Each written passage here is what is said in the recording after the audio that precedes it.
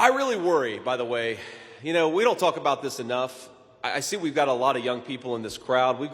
It's great. We've got some great generational diversity in this crowd, and I love that. I love that about our events. But to young people, I want you to be able to own a slice of your own country. I want you to be able to build something, to build some wealth for yourself and for your family.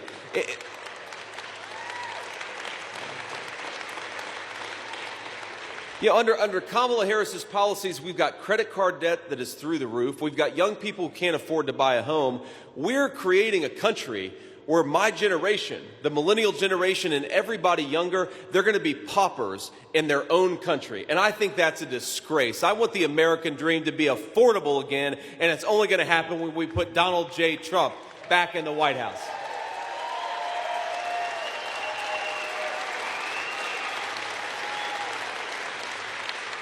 My friends, I did not realize this. We are joined by a real celebrity, Brick Suit Man, right here in the second row.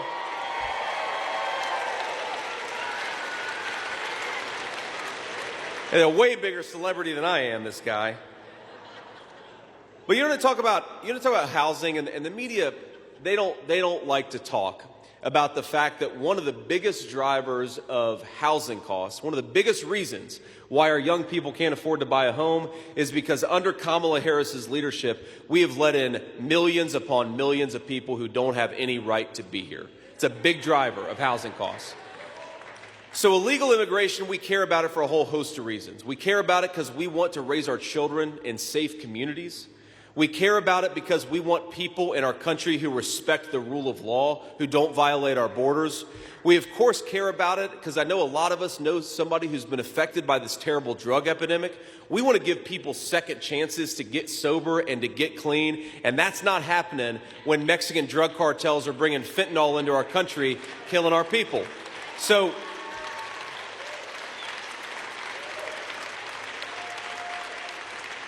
we care about the border for all the reasons that we discuss, and there's a lot of them, but something the media just doesn't talk enough about is, think about this. When you bring in, and I think the number is about 25 million illegal aliens that we have in the United States of America right at this minute.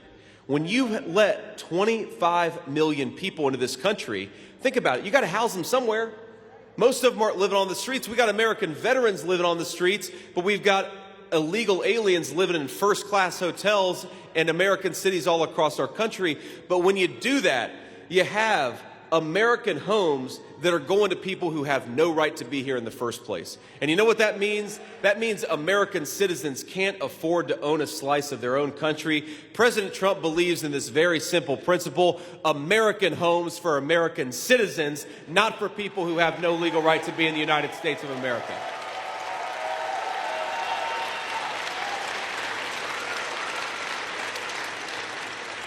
You know something else that happens when you let in too many illegal aliens? Hospital wait times get really big. You know, when I was growing up, that's often how we went to the doctor, as Mamaw would take us to the emergency room. And you know what? Emergency room wait times have skyrocketed in the last few years. So why are we allowing illegal aliens to come into our country and get health care that ought by right go to American citizens? Why don't we take care of our own people and put American citizens first for a change? It's got to stop.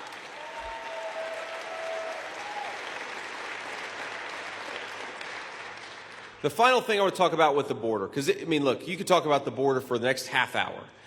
But the other thing that is crazy about the border is, in the state of Michigan, I didn't know this statistic until today, there are 85,000 students in Michigan public schools who are the children of illegal aliens.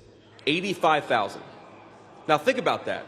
Think about what it does to a poor school teacher who's just trying to get by with what they have, is trying to educate their kids, and then you drop in a few dozen kids into that school, many of whom don't even speak English. Do you think that's good for the education of the American citizens? No, it's not. So what really bothers me is when Kamala Harris talks about the southern border, she talks about how we need to be compassionate to illegal aliens. And I think we're a great country. We can be compassionate, and we ought to be compassionate, but our compassion has to start with our fellow citizens, the people who deserve to be in the United States to begin with.